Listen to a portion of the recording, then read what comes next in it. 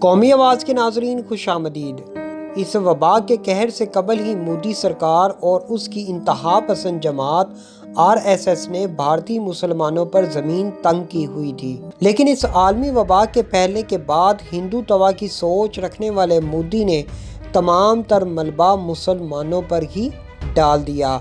بات یہیں پر نہ رکی، عرب ممالک میں ہندو توا کی سوچ رکھنے والے ہندوؤں نے ٹویٹر پر مسلمانوں کے خلاف نیا محاذ سنبھال لیا، لیکن بیرون ملک مسلمانوں اور اسلام کے خلاف شرمناک پروپیگنڈا مودی سرکار پر بھاری پڑ گیا۔ اماراتی حکومت اور خلیج ممالک نے بھارت کے خلاف ایسے ایکشن لیے کہ مودی کے چاروں طبق روشن ہو گئے۔ ہندو توا کی سوچ رکھنے والے مودی کی وجہ سے 34 لاکھ بھارتیوں کی عرب ممالک میں نوکریاں خطرے میں پڑ گئیں۔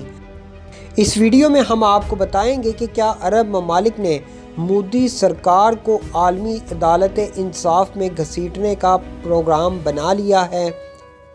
کیا عرب ممالک اب مودی سے اپنے تجارتی روابط بھی ختم کرنے جا رہے ہیں؟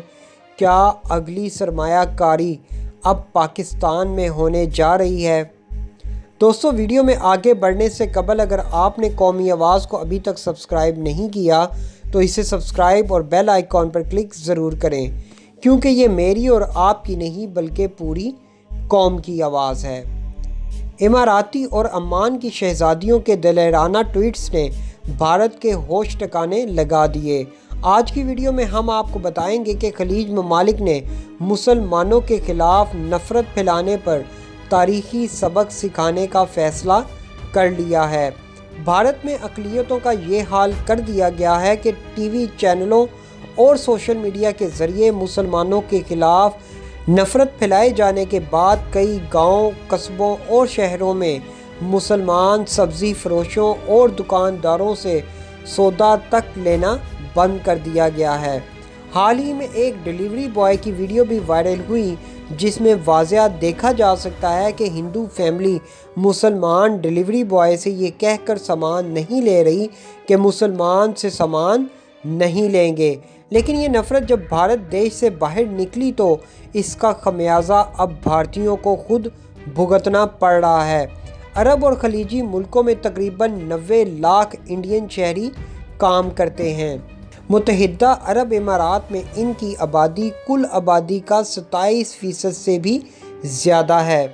بھارتی حکومت اور شہریوں کی واٹ اس وقت لگی جب ایک بھارتی پولیٹیکل کمپین مینیجر نے سوشل میڈیا پوسٹ میں کچھ سکرین شاٹ دکھائے اور ان پر لکھا، مشرق وسطیٰ کے ممالک جو کچھ بھی ہیں وہ ہم انڈینز کی وجہ سے ہیں، جس میں 80% ہندو شامل ہیں۔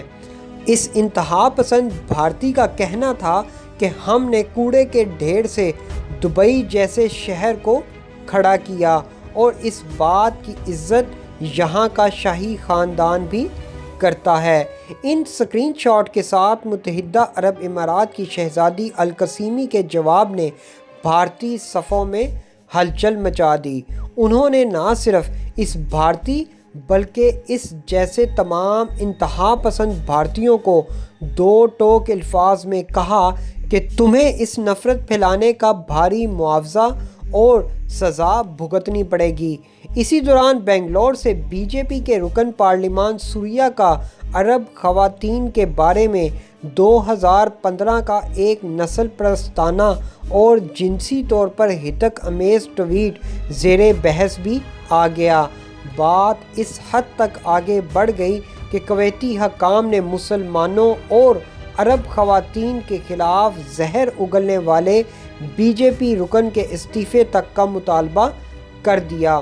شہزادی القاسمی کے سخت ترین رویے کو دیکھتے ہوئے دیگر مسلمان ممالک نے بھی مسلمانوں کے خلاف زہر اگلنے پر بھارتی سرکار کو نشانہ بناتے ہوئے کہا، انڈیا میں بڑھتے ہوئے اسلام اور مسلم مخالف جذبات کو قابو کرنے اور حقوق انسانی کے بین الاقوامی ضابطوں کے تحت مظلوم مسلمانوں کے حقوق کا بھی تحفظ کرے، ورنہ خلیجی اور عرب ممالک میں ہندوؤں کا مستقبل اچھا نہیں رہے گا، انہیں جرمانے اور سزاؤں کا سامنا بھی کرنا پڑ سکتا ہے۔ دوسری طرف عرب وکلا نے مسلمانوں کے خلاف زہر اگلنے والوں کے خلاف بھارتی سرکار کو عالمی عدالت انصاف میں لے جانے کا منصوبہ بھی بنا لیا ہے۔ ان عرب ممالک کے وکلا کا کہنا تھا کہ اسلام کے خلاف نفرت امیز رویہ رکھنے اور اس عالمی وبا کی صورت میں حال میں بھی انہیں مذہب تبدیل کرنے پر مجبور کیا جاتا رہا ہے، جس کی ہم پرزور مذمت کرتے ہیں۔ ان وکلا نے حکومت سے اجازت لیتے ہوئے سرکاری سطح پر اس ایشو کو عالمی عدالت انصاف تک لے جانے کی اپیل کر دی ہے۔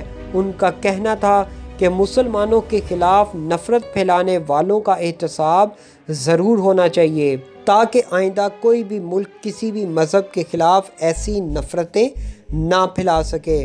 مسلمانوں کے زبردست اتحاد کے بعد ہی بھارت نے اپنا رنگ بدل لیا۔ اب وزیر اعظم مودی سمیت اعلیٰ حکام اور سفیر عرب ریاستوں کے حکمرانوں کو فون کر کے غم و غصے کی لہر کو روکنے کی کوشش کر رہے ہیں۔ وزیر خارجہ ایس جے شنکر نے عرب ریاستوں کے ہم منصبوں کو فون کر کے یقین دلایا کہ آئندہ ہم پوری کوشش کریں گے کہ ایسے فرقہ وارانہ فسادات کو روکنے کی بھرپور کوشش کی جائے۔ ایک بات تو واضح ہے، مسلمانوں کا یہ کیس عالمی عدالت انصاف میں جائے یا نہ جائے، لیکن اس تمام تر صورتحال سے مودی اور اس کی انتہا پسند جماعت کو واضح پیغام مل گیا ہے۔ اب وہ اگر مسلمانوں پر ظلم یا ان کے خلاف کوئی بھی غلط پروپیگنڈا کریں گے تو یقیناً ایک دفعہ سوچیں گے ضرور۔ یہ بات ہم اپنی تمام ویڈیوز میں کرتے آ رہے ہیں کہ اگر آج مسلمان ممالک اتحاد کر لیں تو دنیا کی بڑی سے بڑی طاقتیں بھی مسلمانوں کا کچھ نہیں بگاڑ سکتی۔ ایسی مزید معلوماتی ویڈیوز دیکھنے کے لیے قومی آواز کو سبسکرائب اور بیل آئیکن پر کلک ضرور کریں، کیونکہ یہ میری اور آپ کی نہیں بلکہ پوری قوم کی آواز ہے۔